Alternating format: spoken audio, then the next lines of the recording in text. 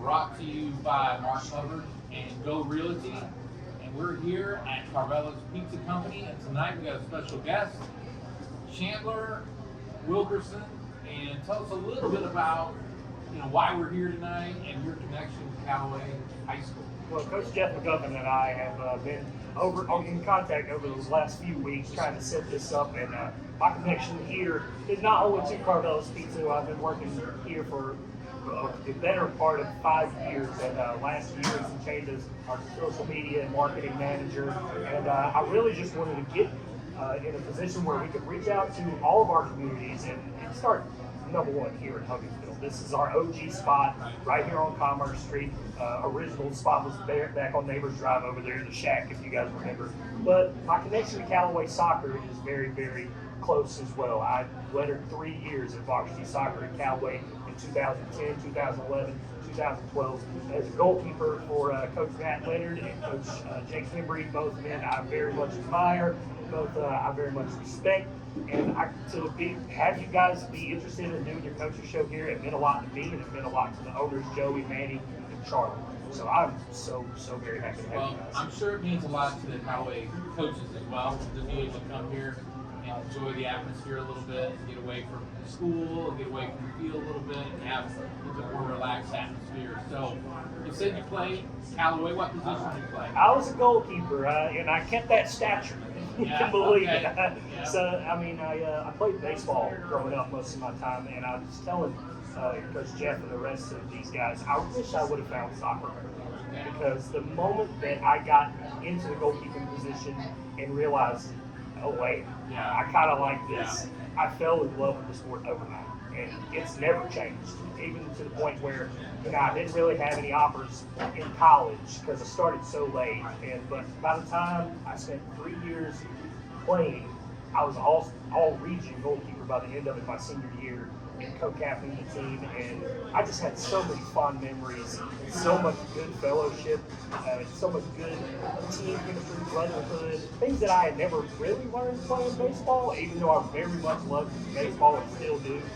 But soccer is just different in the way that you just grind things out with your teammates every day.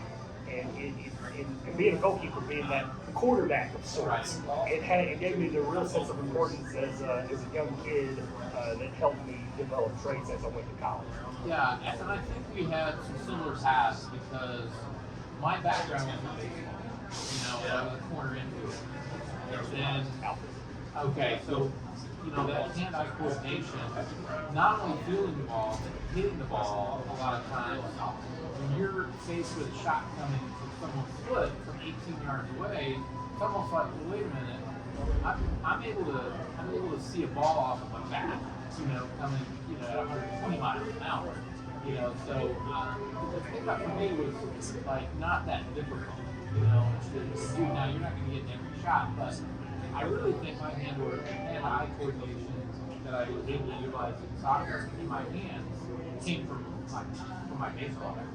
Yeah, that's definitely plays a factor into it. And another thing was, I grew up playing other sports as well. A little bit of football. I learned early I didn't want to play football.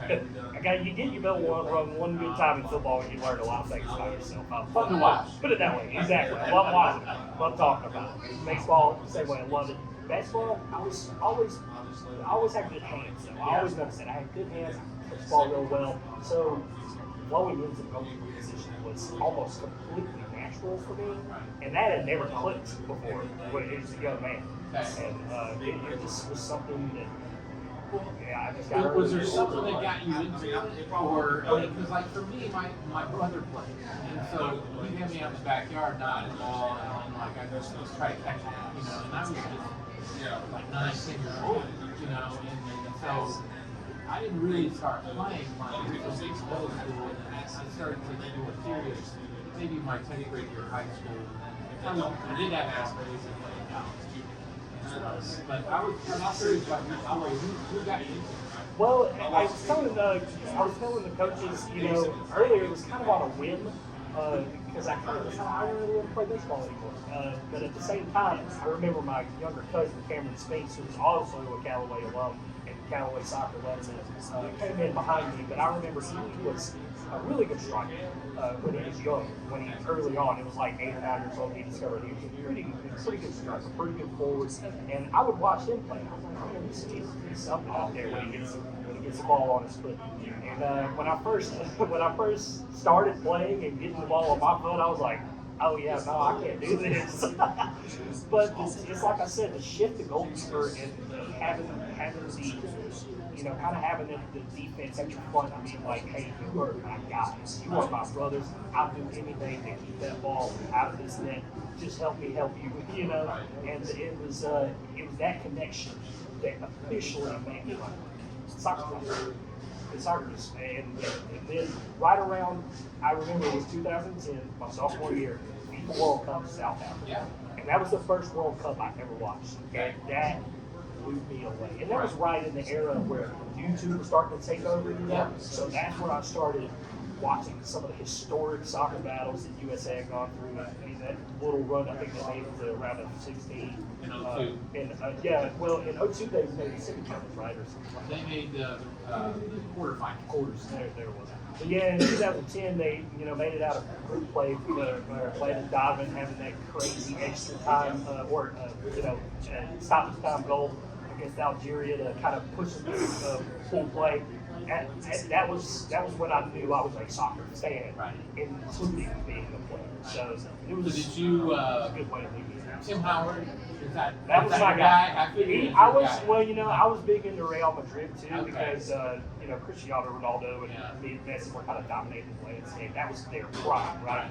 And so Real Madrid here at the time, Iker Casillas, that was my guy too. I loved him a lot. Yeah.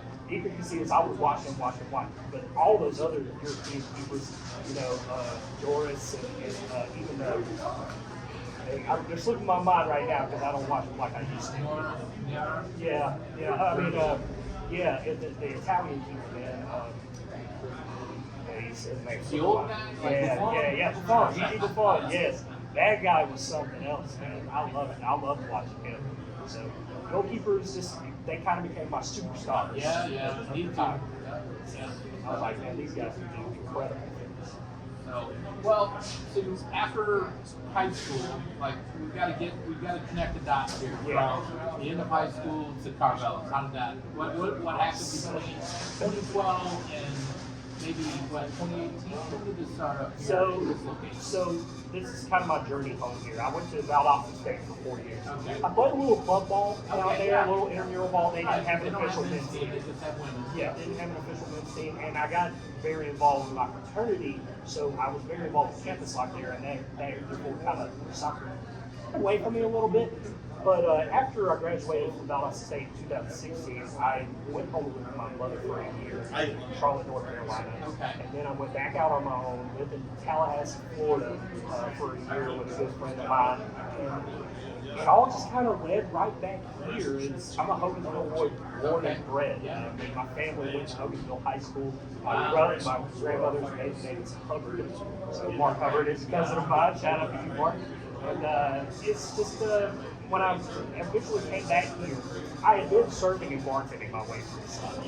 So that was like my number one trade at the time. But I had a mass media degree, so I've always wanted to do sports analysis. And I knew the Karvelases from a long time ago. My dad and Manny Karvelas were really close growing up, playing sports together. And I kind of melded in almost immediately with Joey and Manny, and the back then Nick and Al Karvelas. And I just started serving tables for a while, and then it just kind of stuck. The restaurant grew, and I grew with it. And because of that, Joey Karvelas was kind of approached me a couple of years back and said, hey, I know you have a media degree. Are you interested in, maybe, an opportunity doing art with social media? And I said, absolutely. And from there, it's blossomed to what it is now. All last year, I was full time doing social media marketing, community outreach for this basically outlet. It's a chain now, right? And we've got 5 stores. We're about to open our 6th in Sequoia. And Hogansville, LaGrange, Newton, West Point, City now. Opened last month. That's doing great. And now we got the Sonoy location coming up, hopefully in the next couple of months. Okay, so I've been to this one, before, and we live in LaGrange, but on the north side, not far from high school. So we're right out Cameron Road and North Point community. So then the downtown we've been to several times. So that's always there, right? So and then I've been by the new store, just driving on 29, and I would imagine they would, because of where the location is. So I'm curious. That's our locale.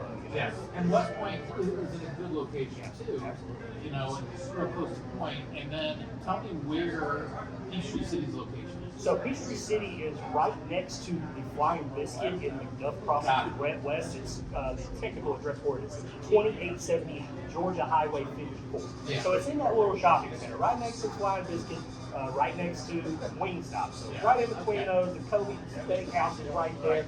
Nice little shopping center, beautiful locale. It's got all the same Karvelas standards. You got your local art, you got your awesome background music, you got the friendly staff, and they're running every day. And we train people to be open pizza makers up here, man. So we tell people all the time, like, yeah, we're a restaurant, yeah, we're local, we're family business. We teach family recipes up here. We encourage people to, hey, get in the culinary arts. Like, it might be 40. So, and I tell that with the community too. Say, hey, you got young people out there in middle and high school that are searching for a calling or searching for something they want to do with their lives, and maybe they haven't discovered their passion for food yet. And you send them to a place like this to, maybe, shore them up, teach them the value of the dollar, but at the same time, you could be introducing them to their passion. And pizza making is a fine science, I tell you. And it's not going away. No, there's always going to be a market. Right. It doesn't matter if there's a pandemic going on or, the worst of times, the best of times, you want pizza. Yeah, it was a challenging time, the pandemic for us, but we opened a new store during it, so we got through. It's amazing. And so the Sonoya store is the newest one. Is that on 16 or is it down? It's where, it's a good question, and I wish I had to. I pulled out my phone in like 3 minutes and I'll about be able to tell you exactly. So, but again, this is the Callaway Coaches Show coming to you from Karvelas Pizza Company here in Hogansville. And we're speaking with Chandler Wilkerson.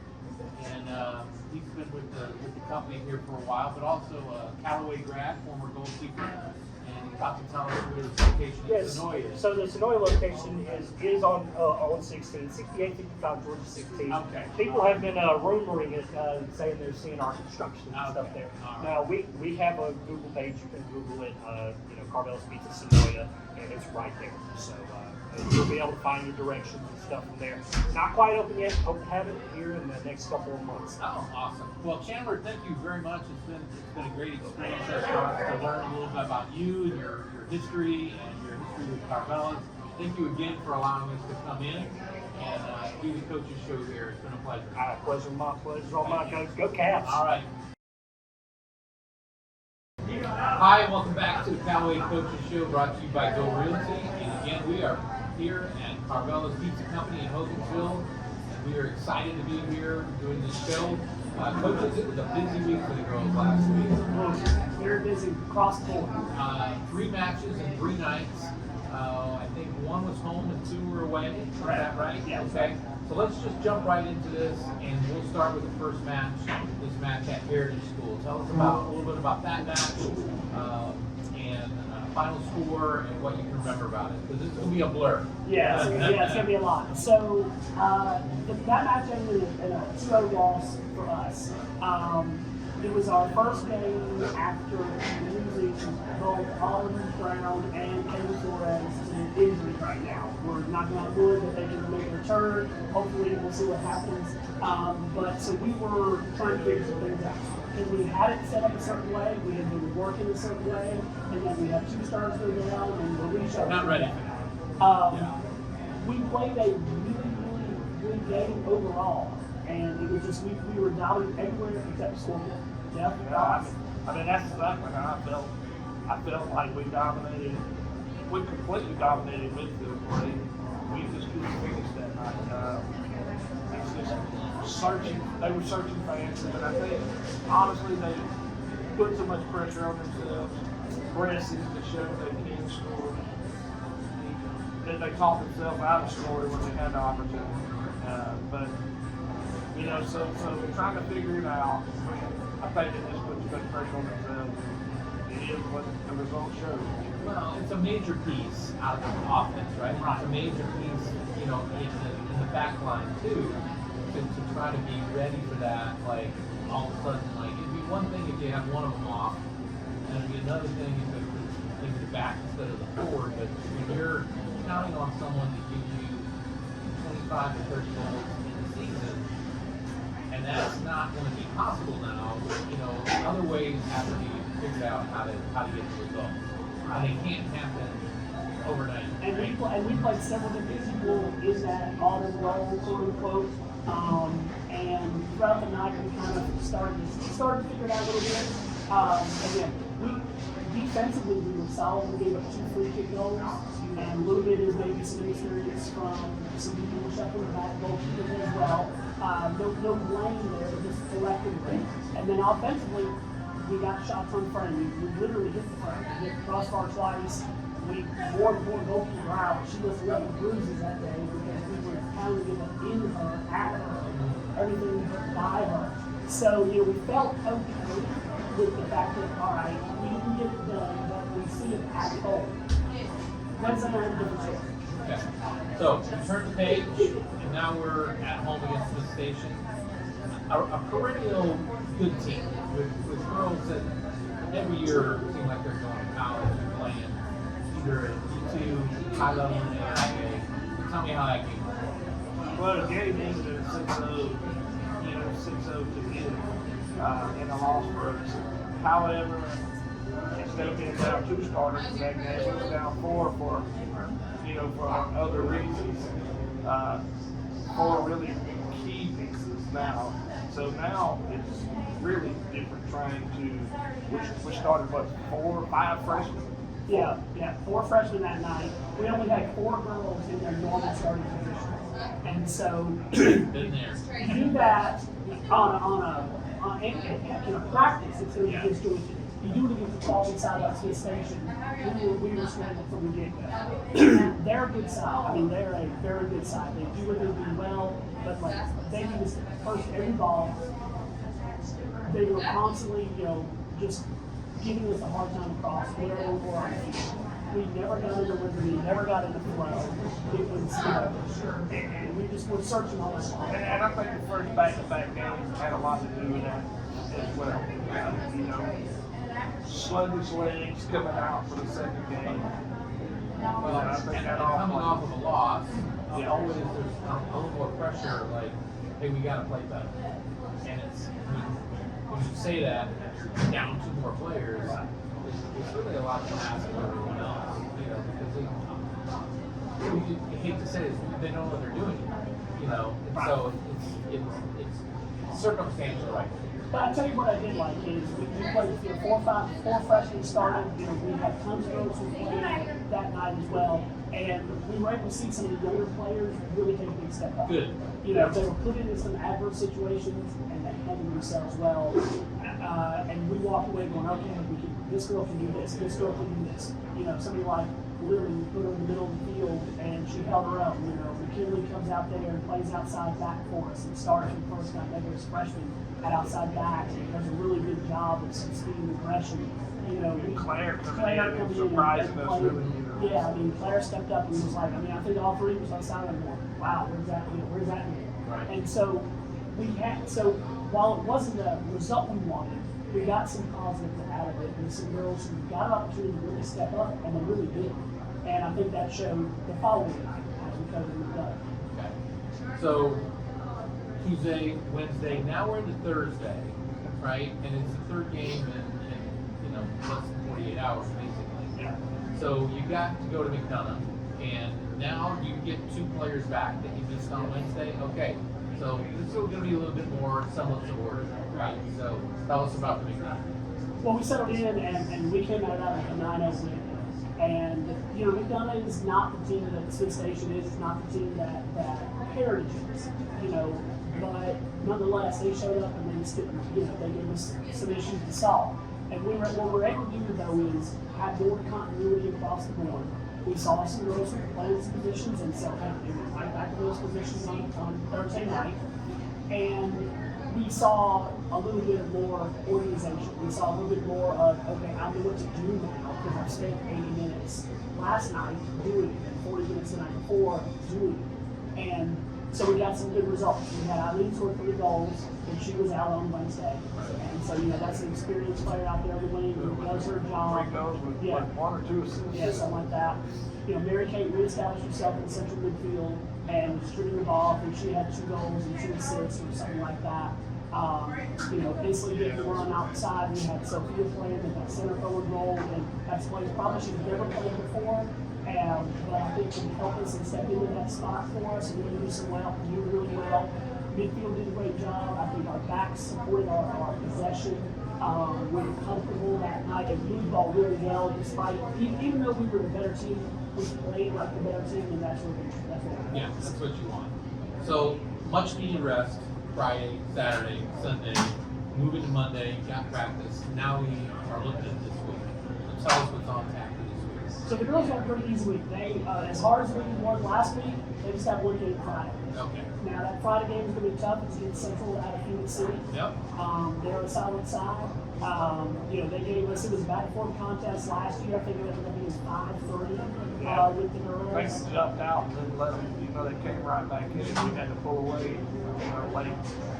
And so the good thing though is we got this whole week to put people in positions and rep them over and over again. So they have an idea, this is what I do now, this is my new role, this is my new job. This is Well, it's a renewal of energy too, right? Because of the days off. And even as hard as you can go in practice, that's not going to replicate what you're getting in the game. Right? With the physicalness and everything. And my recollection of Phoenix City Central is that it's a mix between really athletic players and good players. And you just don't know what you're going to get on any given night. But you know this, they're at minimum athletic, and there's going to be a few players out there. Yeah, for sure. Yeah, I'm looking forward to this week simply because, like Coach T said it best last week.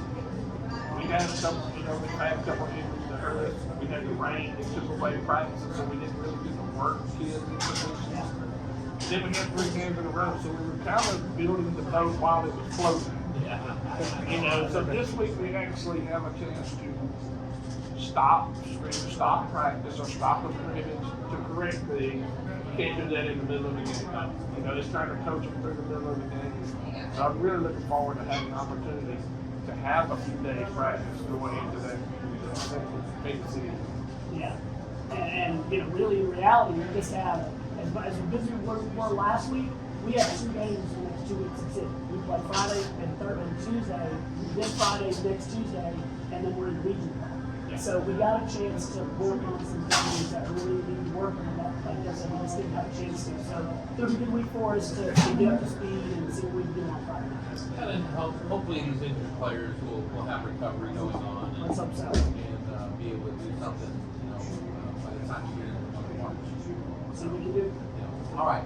Well, that's it on the girls' side. We'll be back in a second to talk about the boys.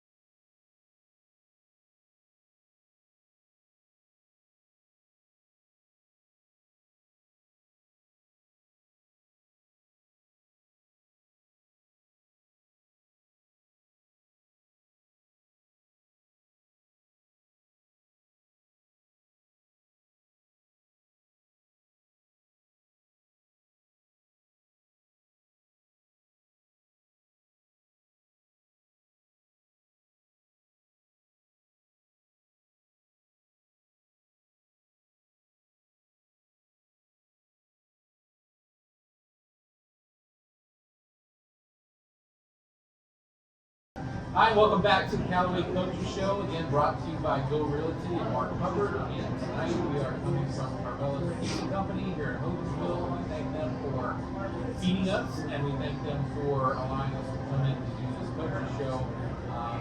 It's been a great experience. So, Well, and your first segment with Chandler there, I mean, what a great connection back to Callaway, back to the soccer program and Coatesville, and how closely everything is intertwined and stuff. And so it's so great that they're hosting us and being able to take care of us like this. So we really appreciate them and want to shout them out for sure. So thank you guys for Karvelas. yeah, and it's all about community, and when we're in areas like this, that people have to really step up for each other, and this is one of those times where it's just like, this is not a surprise, it's like, this is what they do, Yeah, it's cool. So it's a really good thing. So, the boys had a couple of matches, didn't have the kind of gauntlet the girls had to run through last week, but hopefully we've got some good reports about the boys. Tell us a little bit about, first of all, they had Heritage on Tuesday night up there. How did that match go? Well, we got the Heritage. We knew they were going to be a good team. We played them probably 15 times in the last year, from playing them in the season and playing them in '77. It seemed like we played them like twice a week. So it seemed like sometimes, but so we knew who they were. They knew who we were, and so it was a good game. Went into the game, they scored early, and then we answered it right back like within 2 or 3 minutes. And then game went on a bit 1-1, and then they scored again, and then right after we just put it right back down their throat. So we went to halftime tied, and we're telling the guys that we're in this game. They knew they were in it, but Heritage is in it too. So it's not just our game. It's a good side of soccer, but for both teams, passing as well. Possession was 50-50. It was just a good soccer game. It wasn't like we've seen in the past, like in Creekside, where possession was more 65-70 for us. Now we're at even possession, if not losing. So it definitely given us that head start into the season. But they scored, and then did we score right after that? I know. Yeah. So all right, so they went back and scored, and then we scored 3-3, and then they scored, and then it was late. Probably 15 minutes to go, they scored, and they got a penalty. So, and then we went back to score, and it got called offside. Whether you agree it's offside or not, but it was offside. And Somebody made that decision. Yeah, it went offside. It went, and so it was decided offside, and then they just guys were distraught. They think that they scored the goal, and you just took it away from them because they just got done celebrating. The Rush is standing there with his flag up. I'm like, oh my goodness. So after that, they just scored 2 goals on us, and it wasn't 6-3. I mean, the score was 6-3, but the game was reflected. Yeah, the game was tighter. Yeah. Heritage is a really good side. They're coached well, they're disciplined, and their game model they stick to. And what they like to do out of the back is they get some big switches. Okay. And Diagonal ball. Huge diagonal balls, right? And they know what they're doing, and we were ready for it. And we rotated well and stuff. Just once or twice, we got caught a little high. We got ready behind us. That's what led to the penalty. We got a little too high on the back line, ball over the top. We didn't rotate in time. We kicked it out of the back, that kind of thing. But immediately we went over the press. We would get after them when they were really slow in their own possession. We pressed them, we were able to turn it over and do the transition result. That's how we went back to back with them every time it was their goal, our goal, their goal, our goal. So again, we felt like that was a really good opportunity for us to take care of business, teaching at halftime, feeling good, answering every time of day. They scored. We just couldn't ever get ourselves ahead. And then again, that offside goal, we saw a lot of steam come out of the sails and stuff. Should we have given up 2 more? Probably not. But we're also, we're fatigued. It's been a battle. We're not super deep. So guys got to play a lot of minutes. Guys got a lot of miles. I think we got a little fatigued out there. Maybe showed a little bit, but again, it was a good weekend. It was a good match. It sounds like it was a pretty even battle. Yeah. And really even night. Happened to get the one that they needed. It's going against someone with happen to stop by and watch it and probably entertain them. You know, so. That's how a lot of our games were last year.